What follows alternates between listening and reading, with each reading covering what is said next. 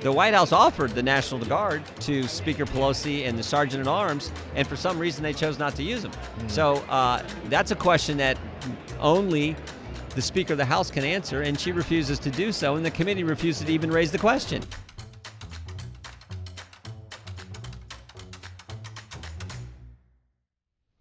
My guest today is Congressman Jim Jordan, ranking member on the House Judiciary Committee and representative for Ohio's 4th Congressional District. Congressman, welcome to the show. Good to be with you, Doug. It's great to have you on, and I want to talk to you about an issue that it's really, really important to the continuation of our democracy. So this is the January 6th Commission. It's continuing its investigation into the events that happened on that day. You've expressed recently that you feel that this is simply an exercise to get former President Donald Trump. Yeah, totally. What do you mean by that? Well, it's totally out to get President Trump. I mean, just the simple fact that for the first time in American history, the minority leader was not allowed to put on a select committee the individuals he or she selected. It's never happened in our history. So that tells you right there, no. They're not going to let this happen. They're going to focus on people who have an agenda, have a political agenda, and it's designed to try to keep President Trump off the ballot. It's interesting to me, you know, the Democrats have kicked Republicans off committee, allowed proxy voting, closed the Capitol, won't let Republicans sit on a select committee, as I said, for the first time in American history, trying to end the Electoral College, trying to end the filibuster, trying to pack the court. January 6th committee has been caught lying about information, altering evidence, and lying to the American people about it, and yet somehow they say it's Republicans and President Trump who are a threat to democracy. I don't know how they can make that argument with a straight face. So, and then they say to all of us Republicans who objected on January 6, 2021, that, we were wrong to object, even though Pennsylvania, Arizona, and a number of states unconstitutionally changed their election law, went around their state legislature, and unconstitutionally made changes to their election law in the run-up to the 2020 election. Somehow we're wrong, but they've objected to every single Republican president elected this century. Jamie Raskin objected on January 6, 2017 to the electors from the state of Florida. Millions of people. I mean, he was trying to disenfranchise, and yet he criticizes us for objecting to Pennsylvania where they unconstitutionally changed their law. So I think the American people see it for what it is. It's an effort to get President Trump and deny him an opportunity to run in 2024. I don't think it's going to work. I think he's going to run. I think he's going to win.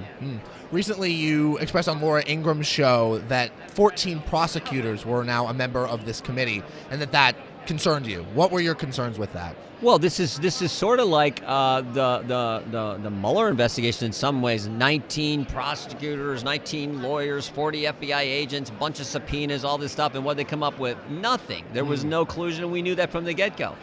So here we have this same type of focus out to get their political opponent, out to get President Trump. As I said, we caught him altering evidence.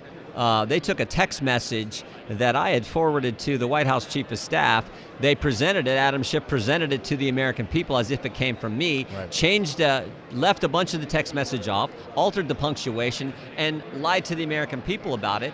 And they had to apologize. They said, the January 6th committee is responsible for and regrets the error. And you know what that is? That is a government speak. That is government language for we got caught lying. That's what that is. I mean, when have you ever seen a committee like apologize for something? But we caught them in a lie, and which should tell the American people, if they're willing to lie about evidence, alter evidence, what else are they willing to do to get their political opponents? And that kind of behavior is not supposed to happen in the United States of America, where it's rule of law, it's due process, its constitution is supposed to be followed. But that's what they've been doing. Sure. So if the January 6th committee is problematic, as we've been discussing, what should we do in the future to prevent another incident like January 6th happening again? Well, first of all, this is something that the committee is not willing to look at, and we've raised this issue time and time again. You should have probably had a proper security posture there that day. Whenever you have big events in D.C., you should probably have the right kind of security presence. The White House offered the National Guard to Speaker Pelosi and the Sergeant at Arms, and for some reason they chose not to use them. So that's a question that only the Speaker of the House can answer, and she refuses to do so, and the committee refuses to even raise the question, which is maybe why they wouldn't let Mr. Banks and I on the committee in the first place. Right. Excuse me. No, you've declined to testify in front of the January 6th committee. What is your rationale for that? You can look at the letter we put out where we walk through all the things we talked about, the fact that they, for the first time in history, wouldn't let Republicans chosen by the minority leader participate in the committee. We talked about the fact that we've caught them red-handed, altering evidence, lying to the American people about it. So we laid all that out in a long letter that we sent to the committee where we raised the concerns that we had with what they're doing and how they're going about it. Has this committee been politicized? And if it has been politicized, what are the implications of that? Well, you start using government to go after your political opponents. You start weaponizing government. We see it time and time again. Maybe the best and most recent example is what we saw 4 months ago, where the Department of Justice we had a whistleblower come forward, an FBI agent, who gave us the email that was sent out to FBI agents around the country that talked about putting a threat tag, this label, this designation on moms and dads who were simply showing up at school board meetings objecting to this crazy, racist, hate America curriculum called CRT, and objecting to some other things that were going on in schools, like good parents should do. And yet they're treated as terrorists. So, and what we found in that, so far what we've been able to uncover is that this didn't start with the School Boards Association writing the letter on September 29, 2021 to the Biden administration. It actually went the other direction.